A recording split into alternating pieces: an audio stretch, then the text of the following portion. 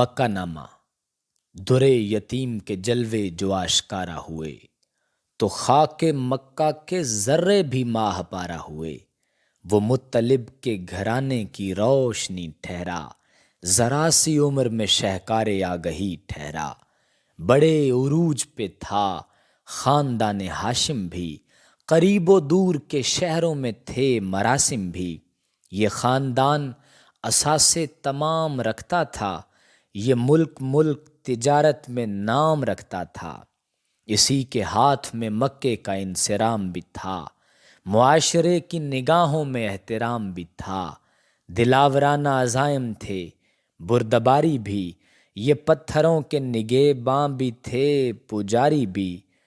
کلید خانہ کعبہ انہی کے ہاتھ میں تھی، چراغ ساتھ میں تھے، تیرگی بھی ساتھ میں تھی۔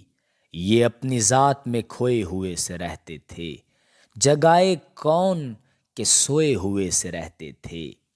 انا میں چور تھا یہ خاندان ایسا تھا، مگر عرب کے لیے سائبان ایسا تھا۔ الگ سے لگتے تھے وہ حال تھا محمد کا، ابھی کہ صرف 6 سال تھا محمد کا، کہ ماں کے پیار کا بھی سر سے اٹھ گیا سایہ، مدینے جا کے سفر آخرت کا پیش آیا۔ وہ مکے آ نہ سکیں وقت شام آ پہنچا، سفر کے بیچ قضا کا پیام آ پہنچا۔ مزار پاک مدینے کے ایک گاؤں میں ہے، 1000 سال سے جو رحمتوں کی چھاؤں میں ہے۔ گلے لگائے رہے مطلب انہیں برسوں، پلے سکون سے دادا کی گود میں برسوں۔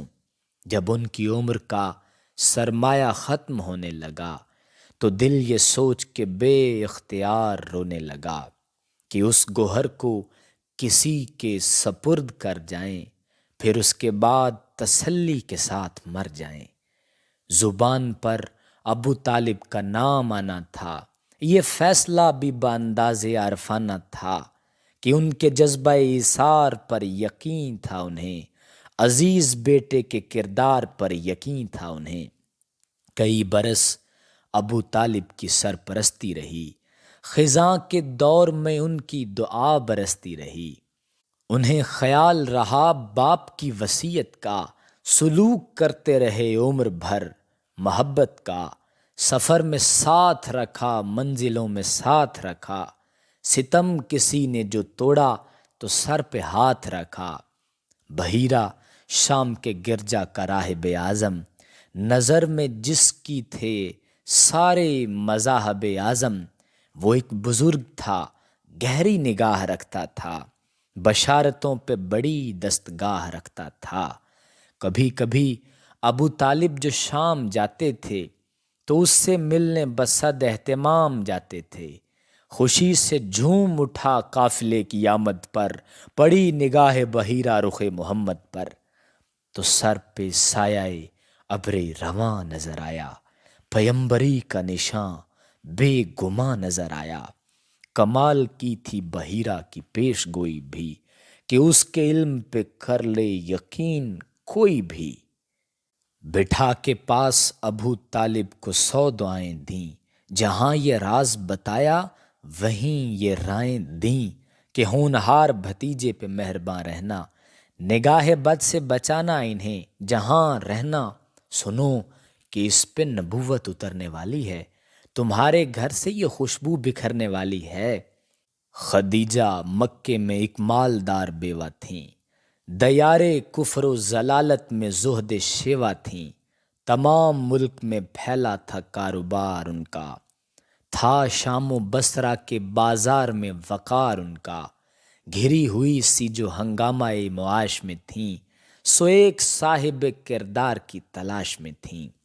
امین مکہ پہ آخر نگاہ پڑنی تھی، کہ 2 دلوں میں یوں ہی رسم و راہ پڑنی تھی۔ تعلقات جو آپس میں تاجرانہ ہوئے، وہ عمر بھر کی محبت کا ایک بہانہ ہوئے۔ چراغ راہ وہ المختصر بنی آخر، نکاح کر کے رفیق سفر بنی آخر۔ انہیں شفیق، انہیں مہرباں سمجھتی ہے، تمام ملت اسلام ماں سمجھتی ہے۔ وہ ان کا حسن کرم، وہ شعور ایمانی کہ آج تک ہے دلوں پر انہی کی سلطانی۔ زمیں کا نور اڑا، آسمان پر چھلکا کہ فاطمہ بھی ہے موتی انہی کے آنچل کا۔ یہ نور ذات بھی تھا، نور کائنات بھی تھا، فروغ دین کے جلووں میں اس کا ہاتھ بھی تھا، فروغ دین کے جلووں میں اس کا ہاتھ بھی تھا۔